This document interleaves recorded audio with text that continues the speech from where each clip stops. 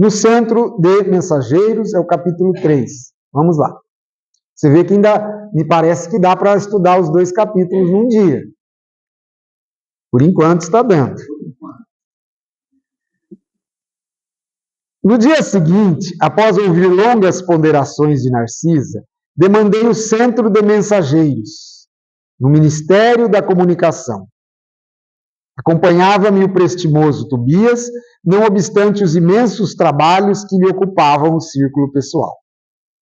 Então você vê que ele não precisou, e não é obrigatório, Ministério da Regeneração, passar pelo do auxílio, Ele foi já guindado, né, ao ministério, trabalhar Então, quando a gente fala daquela hierarquia, ela é, vamos dizer, relativa, ela não é absoluta. Tá? A regeneração, só porque fica em contato, não. Deslumbrado, atingi a série de majestosos edifícios de que se compõe a sede da instituição, centro dos mensageiros, hein? Não é a cidade de nosso lar. Julguei, olha que interessante, encontrar algumas universidades reunidas. Tal a enorme extensão deles. Quem já foi assim? Um exemplo, na USP. Você entra lá na USP, você vê prédios e mais prédios, e prédios da engenharia, da comunicação, da medicina, da odonto, e você fica maravilhado. Cidade universitária, muito bem. Então eu me remeti a isso aqui. Pátios amplos, povoados de arvoredo e jardins, convidavam a sublimes meditações. Tobias arrancou-me do encantamento, exclamando: o centro é vasto, muito. Atividades complexas são desempenhadas neste departamento da nossa colônia espiritual. Não creia esteja resumida a instituição nos edifícios sob os nossos olhos. Temos nesta parte tão somente a administração central e alguns pavilhões destinados ao ensino e à preparação em geral. Quer dizer, é quase que a menor parte. E ele já ficou deslumbrado, André Luiz. Olha, gente. Fala alguma coisa. Não é uma maravilha? Não é para se perder lá dentro e falar, meu Deus, ficar pulando assim, que delícia. Não sei nem onde eu vou me matricular. Quer dizer, não é assim, né? Não é onde eu vou me matricular. Nós já vimos aqui. Mas é uma maravilha, né? Deus é uma coisa, né? Aí você para e fala, vamos parar um pouquinho, vamos analisar sobre Deus. Nós estamos vendo nosso lar, que é guardado à devida proporção, assim como fala da terra, nosso lar é um pequeno grão de areia, um pequeníssimo grão de areia dentro do universo de Deus. E olha isso aqui. Imagine mundos evoluídos, com a boca cheia. Evoluídos. Não, mais que isso. Júpiter está no sistema solar, que, segundo o Dr. Inácio, é um sistema de periferia. Embora eu entendi o que você queira dizer. Perfeito. Tá bom. Mas vamos imaginar mundos que estão praticamente no centro do universo. Não na periferia. Porque, em termos físicos, o universo cresce do centro para a periferia. Então, quem está se formando depois está onde? No centro ou na periferia? Quem está se formando depois? Está na periferia. Quem está no centro se formou há milênios antes. Então, em tese, são mundos mais o quê? Muito mais evoluídos. Quem está na periferia é que chegou por último na fila do pão. Então está crescendo agora, está evoluindo agora. Mas esta organização imensa restringe-se ao movimento de transmissão de mensagens. Era o centro de mensageiros.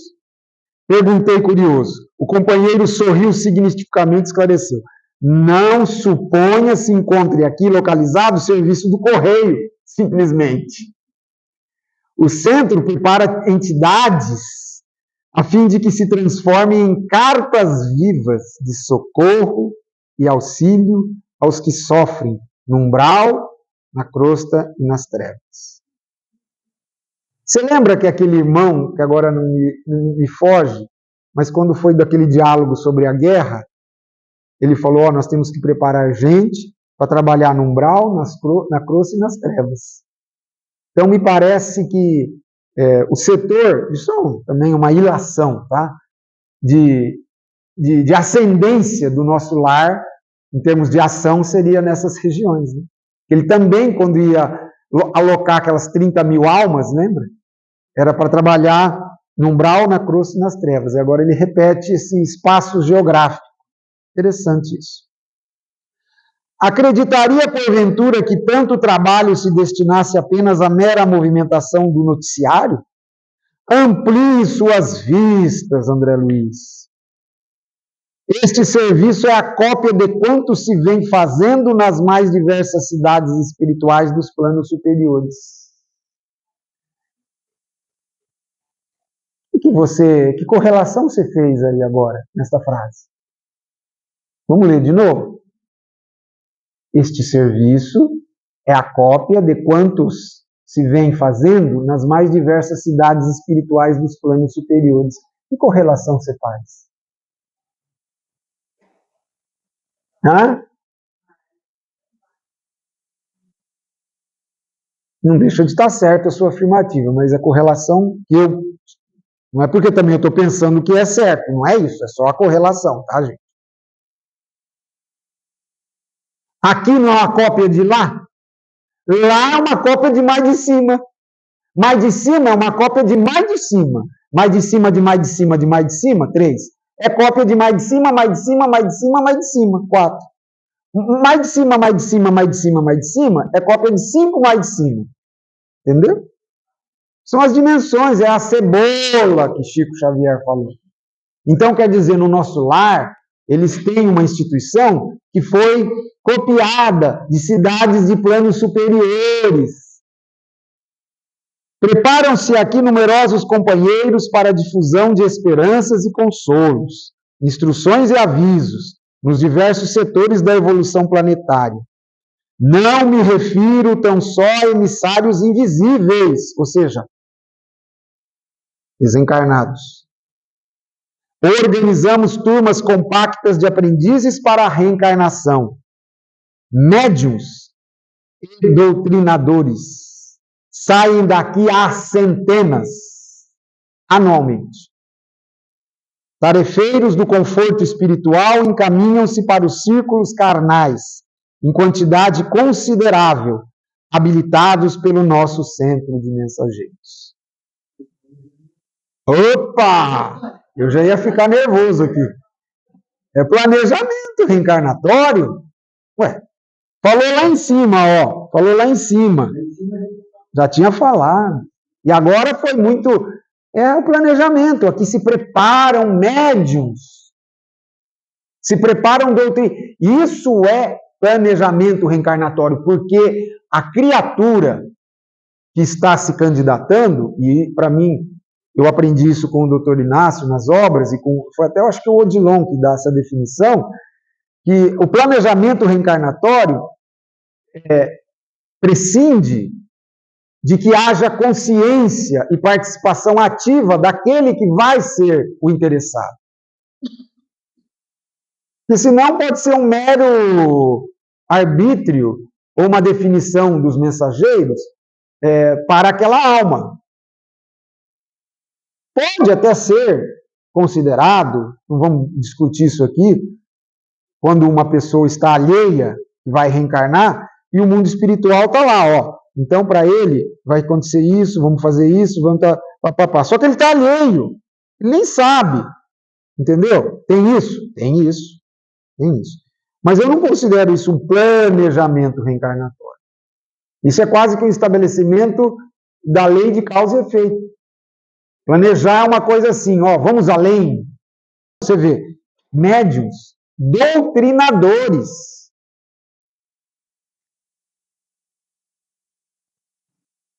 Que me diz? Interroguei surpreso. Segundo seus informes, os trabalhos de esclarecimento espiritual devem estar muitíssimo adiantados no mundo. Por causa disso.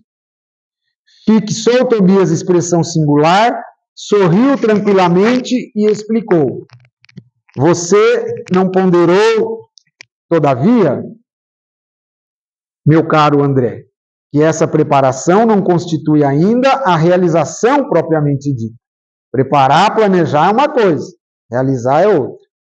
Saem milhares de mensageiros aptos para o serviço, mas são muito raros os que triunfam. Eu não gosto quando ele usa essas palavrinhas, esses advérbios, né? Raros. É excludente. Não tem inclusão aí. Alguns conseguem execução parcial da tarefa. Outros, muitos, fracassam de todo. André Luiz vai chamá-los de... Acho que é nesse livro mesmo. Ou é, não, acho que é no Missionários. O completista. Aquele que completa, que utiliza-se de todas as possibilidades para, na reencarnação, ele é um espírito que retorna completista. O nome diz tudo, né? Completou. O serviço legítimo não é fantasia, é esforço sem o qual a obra não pode aparecer nem prevalecer.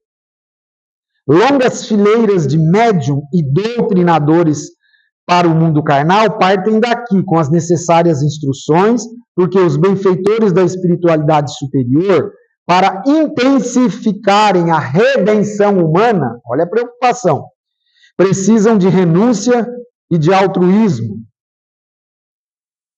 Quando os mensageiros se esquecem do espírito missionário e da dedicação aos semelhantes, costumam transformar-se em instrumentos inúteis.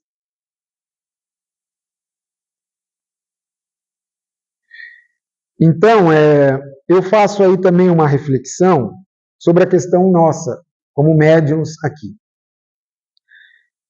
Médiuns enfrentam muitas dificuldades, e ontem, não sei se vocês leram, eu acredito que todos devem ter lido quando chegarem em casa, aquele capítulo que eu sugeri do Livro dos Médiuns. E lá ele falava sobre, lembra que eu disse? Da desistência dos médiuns, da desmotivação, e ele apontava as razões. Isso que o Ricardinho falou, a reencarnação na Terra. Então, a palavra de ordem aí, nesse aspecto, nesse contexto, é perseverar. Persevere um tanto mais. Dê um pouquinho mais. Na hora que você achar que a coisa vai, a corda vai arrebentar, respira, calma, ore, se dá um tempo, faz alguma coisa assim diferente. Não é ir surfar no Havaí, nas ondas lá na Nazaré, nada disso. Não é uma coisa radical. É uma coisa assim, para você... E volte.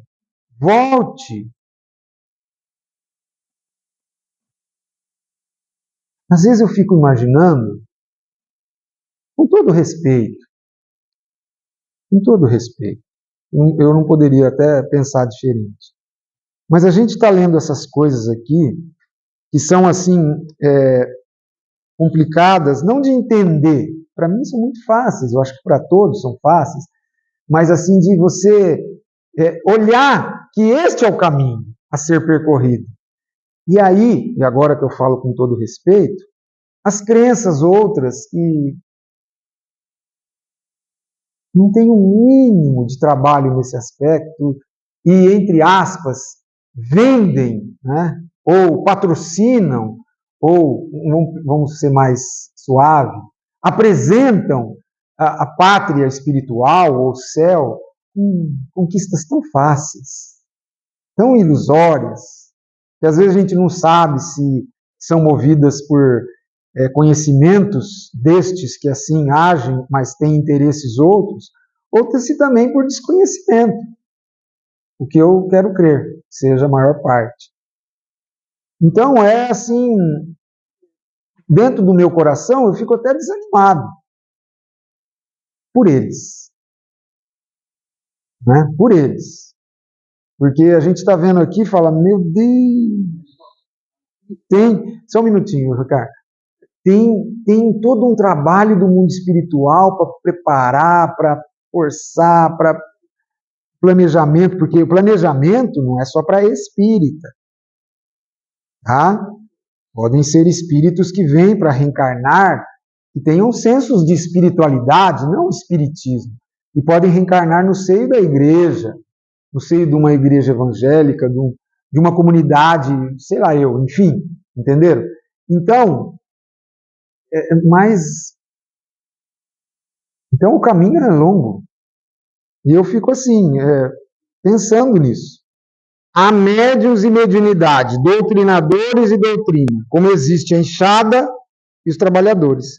Pode a enxada ser excelente, mas se falta espírito de serviço no cultivador, o ganho da enxada será inevitavelmente a ferrugem. Assim acontece com as faculdades psíquicas e com os grandes conhecimentos. A expressão mediúnica pode ser riquíssima, entretanto, se o dono não consegue olhar além dos interesses próprios, fracassará fatalmente na tarefa que lhe foi conferida. Tem muito a ver com ontem estudo, né? Pouca mediunidade, com bastante afinco, sinceridade e amor, vale por muita mediunidade. Acredite, meu caro, que todo trabalho construtivo tem as batalhas que lhe dizem respeito. São muitos escassos os servidores que toleram as dificuldades e reveses das linhas de frente. Esmagadora porcentagem permanece à distância do fogo forte. Trabalhadores sem conta recuam quando a tarefa abre oportunidades mais valiosas. Esta finalização tem a ver com a frase que ele fala no capítulo anterior, bem lá no começo. Comecei a compreender o valor do trabalho. Comecei a compreender o valor do trabalho. Olha agora. Trabalhadores sem conta recuam quando a tarefa abre oportunidades mais valiosas. Não tem a ver? Ele passou a compreender melhor o significado do trabalho. Então, na dificuldade, ele falou que ele encontrou o trabalho, que pode ser ainda mais valiosa essa oportunidade. Tem a ver. Algo impressionado considerei. Isso me surpreende sobremaneira. Não supunha fossem preparados aqui determinados mensageiros para a vida carnal. Ah, meu amigo, falou Tobias sorridente, poderia você admitir que as obras do bem estivessem circunscritas a simples operações automáticas? Nossa visão na Terra costuma viciar-se no círculo dos cultos externos na atividade religiosa. Olha o que eu disse aí. Não é o que eu disse porque eu havia lido, então isso constrói na gente um pensamento. Cremos por lá resolver todos os problemas pela atitude suplicante. Entretanto, a genuflexão não soluciona questões fundamentais do espírito, nem a mera adoração à divindade constitui a máxima edificação. Em verdade, todo ato de humildade e amor é respeitável e santo. E, incontestavelmente, o Senhor nos concederá suas bênçãos. Então, quem estão nesses outros tempos fazendo isso, estão sendo observados também e receberão os seus méritos. No entanto, é imprescindível considerar que a manutenção e limpeza do vaso para recolhê-las é dever que nos assiste. Não preparamos, pois, nesse centro, simples postalistas, mas espíritos que se transformem, de novo, em cartas vivas de Jesus para a humanidade encarnada. Pelo menos este é o programa de nossa administração espiritual. Olha, essa é a proposta de planejamento. Veremos se vai obter resultado. Aí corre por conta do encarnante. Calei, emocionado, ponderando a grandeza dos ensinamentos. Meu companheiro, após longa pausa, prosseguiu observando. raros triunfam porque, olha, vamos ver a justificativa de que raros triunfam. Porque quase todos estamos ainda ligados a extremo supetérito de erros criminosos que nos deformaram a personalidade. Pronto. Aí está o que eu queria dizer, que ele disse aqui, dos médiuns. Então, volta e meia, os médiuns vêm. Ah, mas a luta é muito dura, eu não consigo, não vou avançar, muita dificuldade.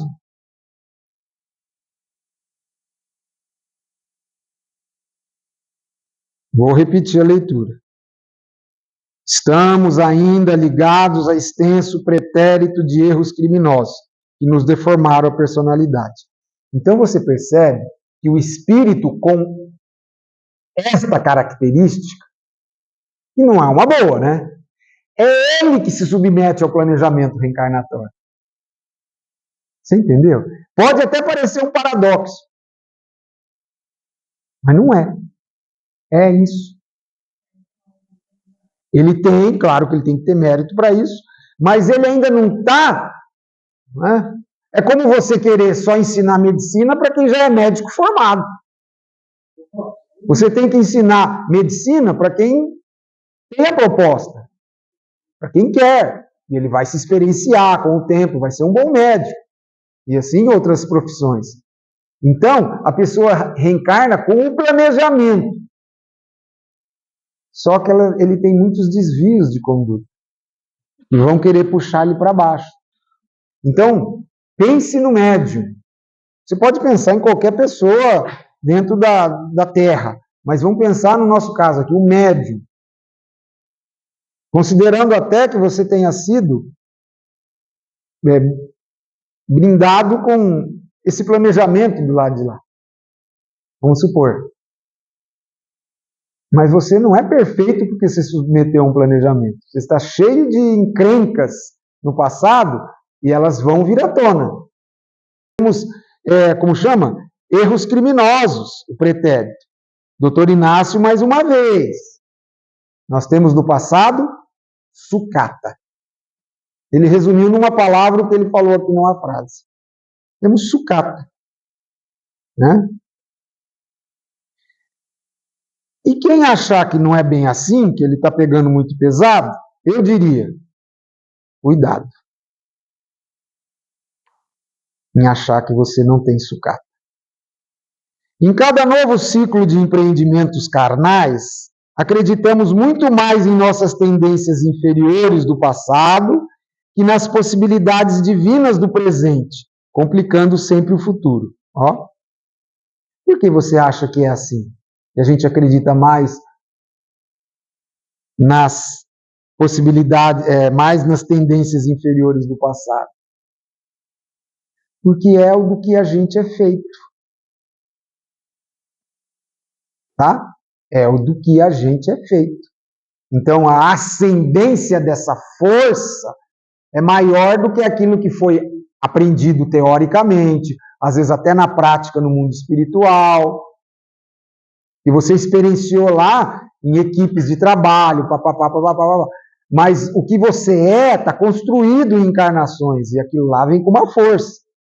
É desse modo que prosseguimos por lá, agarrados ao mal e esquecidos do bem, chegando por vezes ao disparate de interpretar dificuldades como punições. Ó, disparate. Para nós é o comum. Dificuldades como punições, quando todo obstáculo traduz oportunidade verdadeiramente preciosa aos que já tenham olhos de ver. Ó a questão de compreender o trabalho. Comecei a compreender o significado do trabalho. A essa altura alcançamos enorme recinto.